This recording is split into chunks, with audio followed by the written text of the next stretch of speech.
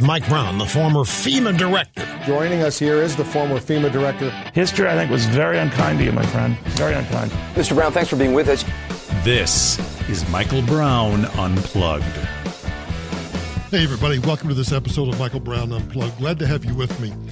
So as you probably know, if you've been paying any attention to the news whatsoever, the Justice Department Inspector General Michael Horowitz has released his report on FISA abuse. He did that on Monday, December 9. And it provides a condemnation of activities undertaken by the FBI, but you wouldn't know that if you were listening to the mainstream media talk about how it was. I mean, James Comey came out almost immediately with an editorial in the Washington Post talking about how he was vindicated and doing a victory lap. And then the media itself piled on about how there was no political bias found. So before I go through the actual findings in the report, I thought it would be worthwhile to help everyone understand exactly what is an inspector general and what is their job. An inspector, and I talk about this from personal experience because I had to deal with it with an inspector general. In fact, we had two different inspector generals during my tenure in the Bush administration. One that was originally with FEMA, and then he retired, and then another one was appointed, confirmed by the Senate. And so two different inspector generals. An inspector general is appointed by the president, fixed terms. I want to say 6 years, but I may be off on that. And they have to be confirmed by the U.S. Senate. Their job is quite simple. Their job is to act as an ombudsman, to act as an auditor of all of the policies, the procedures, the expenditures, everything that their agency or department does. So, for example, before FEMA was folded into the Department of Homeland Security, the FEMA Inspector General was charged with auditing all of the processes that we used. For example, we might have rules and regulations that deal with how individual assistance, money that is provided in a disaster to an individual, how that amount is determined, and then the processes that we go through to make certain that we're paying the correct individual, that they're getting the correct amount that they're owed, and that we also have processes in place so that if someone fraudulently obtains individual assistance, what are the methods that we have in place to recoup that money? They might also look at appropriations. For example, Congress might appropriate a certain amount of money to FEMA to do X. And the Inspector General's role is to then look at that expenditure, that appropriation, and see whether or not FEMA spent it in accordance with the appropriation that Congress passed to give that money to FEMA. They don't have the ability nor the mandate, or they have no ability whatsoever to prosecute anybody for anything. Now, they can make recommendations. They might make a recommendation that a U.S. attorney or someone look at a particular matter because they think that there might be fraud involved. Not that there is fraud involved, just that something in the course of doing their audit, doing their review, has caused them to think, well, maybe this is something that a U.S. attorney ought to look at. So the Inspector General's report truly is that of an ombudsman. They don't go out, for example, let me go back to the individual assistance example. Their job in reviewing individual assistance is to not even interview an individual. Let's say that FEMA erroneously gave $1,000 to an individual who, falsified some records or documents, and FEMA failed to discover that. But in the Inspector General's audit of the Individual Assistance Program, they found something that caused a red flag to make them look at that $1,000 given to Joe Schmo in Miami-Dade County, Florida. They don't have the ability to call that individual in, to cross-examine them, to subpoena them, to do anything other than to look at, okay, it looks like Joe Schmo in Miami-Dade County was given $1,000, and it appears that he wasn't qualified to receive that based on just the information. This is very important. Based solely on the information that FEMA provides to the Inspector General.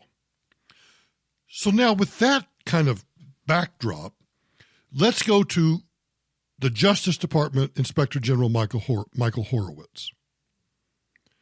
The focus of his report was abuse of the FISA process and the findings that show problems with the actions by the FBI agents in obtaining the FISA warrant used to spy on Trump's 2016 presidential campaign advisor, Carter Page. Bingo. Bottom line. That's the focus of the report. They can only interview current federal employees. People are currently there. So, for example, if Lisa Page and Peter Strzok, no longer with the FBI, if they are no longer with the FBI and the Inspector General starts his investigation, his audit, he can't pull them in. Now, he might ask them to come in, but they have no obligation. And, of course, if you're Peter Strzok or Lisa Page, knowing that there is potential criminal liability, your lawyer is going to tell you, don't go talk to the Inspector General. So the Inspector General's ability, whether it's the Justice Department, FEMA, DHS, anybody else, the Commerce Department, the Ag Department, doesn't make any difference. That Inspector General's ability to do anything is nothing more than to put on his green eye shades and look at the policies, the procedures, and the expenditures and the appropriations of that department. So in this case, what was Michael Horowitz looking at? He was looking at the FISA, the Foreign Intelligence Surveillance Act. He was looking at the process and the findings used by the FBI to get their FISA warrants on Carter Page. Now, what kind of gets lost in the mainstream media discussion of this case is that all told, the Inspector General identified at least 17 significant errors or omissions in the Carter Page FISA applications and, quote, many additional errors in the Woods procedures. Now, I shouldn't say all, a lot of the media organizations are trying to focus on the IG's finding that the FBI was within its rights in opening the initial July 31st, 2016 counterintelligence investigation. But it should be noted that this was not the focus of the IG's investigation. That matter was addressed by the IG on the very first page of his report. And on the very first page of the report, he wrote this: our role in this review was not to second-guess discretionary judgments by Department of Justice personnel about whether to open an investigation. So the Inspector General did not even address the issue about whether or not an investigation, a counterintelligence investigation, should have been opened. He didn't address that. I go back to my point that I make about the IG looks at processes and procedures. And, of course, they also look at appropriations and expenditures, which is not really an issue in this case. But the Inspector General in the Justice Department, Michael Horowitz, did note that he had material concerns about the FBI's legal ability to open an investigation into the campaign of a presidential candidate. He wrote this. Of course, you're not going to hear this in the mainstream media. Michael Horowitz wrote, quote, we were concerned to find that neither the Attorney General guidelines nor the DIOG, that's the FBI's Domestic Investigations Operations Guide, we were concerned to find that neither of those contain a provision requiring department consultation before opening an investigation, such as the one here involved involving the alleged conduct of individuals associated with a major party presidential campaign. That proves my point that they focus solely on the process and procedures. He does not make a finding and does not address the legality, the propriety, the ethical efficacy of opening such an investigation, because he's focused solely on the process.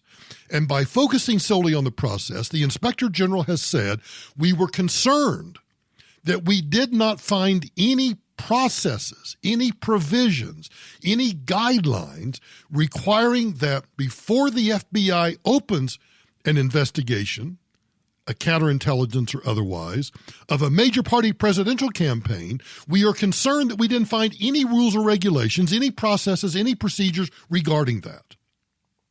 That ought to be a concern to the American public right there.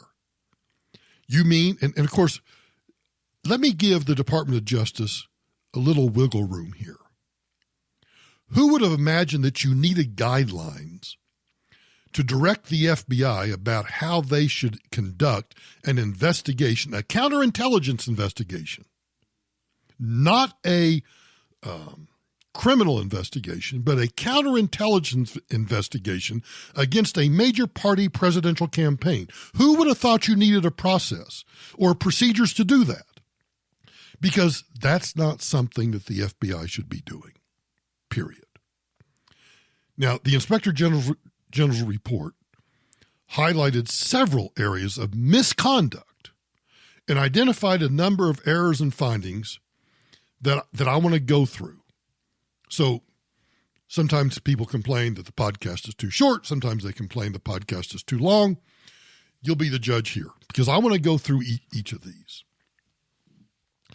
They found that there were 7 significant errors in the original Carter Page FISA application. The Inspector General noted that the FBI omitted information from the FISA application that detailed work that Carter Page had previously done for another U.S. government agency. Now, that probably relates to the case of convicted Russian spy Barakov, in which Carter Page had provided evidence against him to the U.S. government's case. The IG report noted, quote, omitted information the FBI had obtained from another U.S. government agency detailing its prior relationship with Carter Page, including that Carter Page had been approved as an operational contact for the other agency from the years 2008 to 2013. Now, why is that important? Because Carter Page, if the FBI had been honest in its FISA warrant application, it would have noted this guy's actually an intelligence asset. This guy has worked for another agency as an operational contact. In other words, another agency had been using him to actually make contact with Russians. That was his, quote, job. The report added that Carter Page, quote, had provided information to the other agency concerning his prior contacts with certain Russian intelligence officers, one of which overlapped with facts asserted in the FISA application. Now, the report stated that the omission of this information was really troubling, given that the attorney for the Office of Intelligence had specifically asked the case agent back in September of 2016 whether Carter Page had been a source for another government agency, but was told that Page's relationship was dated and kind of outside the scope. In other words, yeah, maybe so, but, don't worry about it. It's irrelevant. It's wholly relevant. So the case agent omitted the information from the Office of Intelligence attorney of Page's work for another government agency between 2008 and 2013, and omitted that Page had been approved as an operational contact by the other agency during that 5-year period that actually overlapped with the allegations in the FISA application. So they're asking for a FISA warrant on somebody who is already an intelligence operative for another agency, and they fail to tell the court that, oh yeah, the guy that we're trying to get a warrant on actually works for us. Doesn't work for the FBI, but, well, maybe he works for the CIA or the NSA or DOD or somebody else. I think that is a material misrepresentation to the FISA court. Second error. The FBI mischaracterized former British intelligence officer Christopher Steele's prior work for the Department of Justice in the FISA application.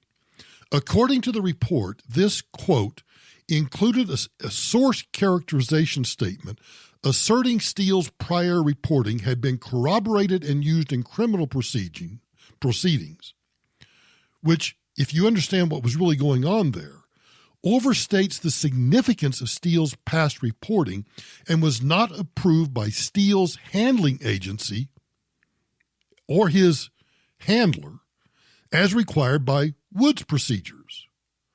Those are the procedures by which, in the interagency, between the intelligence community, the Woods procedures is a process by which, say me, working for the CIA, have an asset, and it happens to be Christopher Steele. There are procedures by which you make certain that when other agencies contact you about an individual, and you know that individual is one of your assets, there are certain guidelines and procedures by which you nominally and very minimally inform the other agency. It's almost like a movie. Back off. Leave this guy alone. He's one of our assets. We're using him for something else. The FBI and the Department of Justice failed to follow those procedures. I think that is another material misrepresentation to the FISA court. Error number 3. The FBI did not inform the FISA court of certain material concerns regarding a key source that Steele used for his dossier. The report noted that omitted information relevant to the reliability of person 1, a key Christopher Steele sub-source, was not included in the FISA warrant. I think another material misrepresentation. Error number 4. The FBI used a September 2016 article by a Yahoo News reporter, Michael Isikoff, as corroboration of Steele's reporting. Now, you kind of know, you've probably heard about this one. The FBI leaks the information to Michael Isikoff. Michael Isikoff reports the story based on the leak from the FBI. The FBI then uses the leaked story that they leaked as corroboration for the Steele dossier. Talk about a circle jerk. Good grief. Another material misrepresentation, in my opinion. Error number 5. The FBI did not give the FISA court the statement by Trump campaign advisor George Papadopoulos to a confidential human source in September 2016, in which Papadopoulos denied that anyone from the Trump campaign was collaborating with Russia. The report from the Inspector General says the FBI omitted Papadopoulos' consensually monitored statements to an FBI agent in September of 2016, denying that anyone associated with the Trump campaign was collaborating with Russia or with outside groups like WikiLeaks in the release of emails. I think that is a huge material misrepresentation to the FISA court. Error number 6. The FBI also omitted a statement from Carter Page denying that he ever met former Trump campaign manager Paul Manafort. Now, that denial was important because Christopher Steele claimed that Carter Page was acting as an intermediary to Russia on behalf of Manafort. Carter Page denied that, completely denied it, and the FBI failed to omit, or I shouldn't say failed to omit, they omitted from the FISA warrant that denial. That's kind of like exculpatory evidence in a way. They failed to provide that exculpatory evidence to the FISA court in its warrant. I still, as a footnote right here, I still am, and I don't know because we don't know what the FISA court does. But I would be absolutely disheartened and outraged if these FISA judges, these FISA court judges, weren't hauling these FBI lawyers into court and demanding an explanation as to why all of these errors occurred. Let me get to error number 7 before I finish. The FBI, according to the Inspector General, cherry-picked statements made by Carter Page to their agent, their counterintelligence agent. They cherry-picked statements that serve to support obtaining a FISA warrant on Page, while at the same time excluding statements from Page that were not supportive of such an action. In other words, when you go get a warrant, and particularly a FISA warrant where you're going to spy on a U.S. citizen, it is the obligation of the lawyers to say, yes, we have this statement from Carter Page, for example, that tends to justify the warrant. But, Your Honor, or Your Honors, we would also want to make certain you're aware that there are contradictory statements that maybe work against us. That's the obligation. And why do we have that obligation? Because this is what's called an ex parte hearing. Carter Page isn't represented in the FISA court. Nobody else is represented. The FBI and their lawyers go in on their own without anybody else. So we expect under our rules of jurisprudence that you present to the judge, when you present your warrant, your application for a FISA warrant, your application to spy on a U.S. citizen, let me emphasize that you give both sides of the story. That you say, yes, we think that there's this evidence and there's this evidence, and while we recognize there's these other statements over here that might work against us, we would argue that overwhelmingly the statements that work for us outweigh those, and judge. But you let the judge make that decision. You don't make that decision. That's the judge's decision. That's how our system works. I hate the FISA system. And I think that these FISA judges, these FISA court judges, have an extraordinarily difficult job. They shouldn't be rubber stamping any of these things. They ought to be grilling and demanding and even asking questions. Okay, you want a warrant on Michael Brown? You want to be able to wiretap Michael Brown? We want to know everything that you have in your file that supports your case. And we demand and expect to hear everything that goes against your case. Because Michael Brown's not here. Nobody else is here. There's nobody else from the government. It's just you FBI lawyers and me, judge. So you better make sure you present both sides of the case. Now, there were 10 significant errors in the 3 Carter Page FISA renewals. I don't want to go through all 10 of those, but I do want you to recognize that the Inspector General has now found 17 significant errors in the FISA court applications and in the processes and procedures used. The media focuses on the fact that the Inspector General says that he could find no political bias. Well, if you don't interview the people who had political bias, how would you know? And then even if you do interview people who have political bias, and they just say, well, no, we weren't politically biased, that's all you have to go on. That's why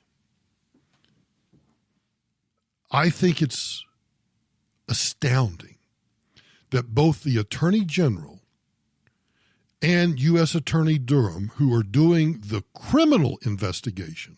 Remember, this IG investigation was a procedural investigation, a process investigation.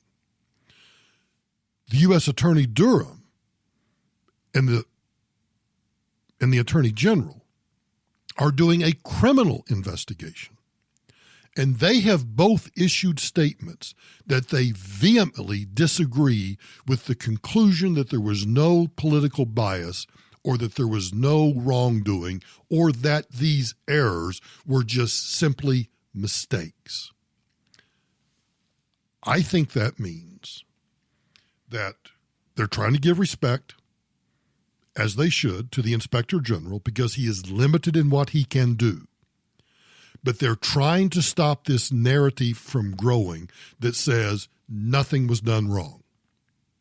If I were Jim Comey, Peter Strzok, Lisa Page, anybody involved in these FISA warrants, the lawyers, the agents, I'd be lawyering up as fast as I could because I think the hammer is about to drop. We already have 17 significant errors. Forget the issue of political bias. Of course, there was no political bias found because there was no political bias nobody to go interview to find it. And now both the Attorney General and the U.S. Attorney have stepped up and said, we disagree about the bias and we disagree about the lack of wrongdoing. That tells me that hammer, when that drops, oh man, impeachment will be pushed to the bottom of the barrel to some degree, because now we're talking about potential criminal indictments against perhaps, I say this in pure speculation, against the former director of the Federal Bureau of Investigation, against FBI agents, criminal charges. Oh, baby, watch out, because I think that's what's coming down next. Thanks for listening to the Michael Brown Unplugged podcast. I'd appreciate it if you would share it. You know, you can get it on iHeart. You can get it on iTunes, Spreaker, Deezer, almost any, I'd say every place that you can download podcasts. You can download this podcast. And I appreciate you listening to it. And I also appreciate, I haven't said this in a while, but I really do appreciate everybody listening. And likewise, I would appreciate it if you would share it, tweet it out. If you have comments about this particular podcast, tweet to me at Michael Brown USA. Go over to the Facebook page, facebook.com/Michael D. Brown. Ask to join the podcast page. You can leave comments there. And then I'll talk to you tomorrow.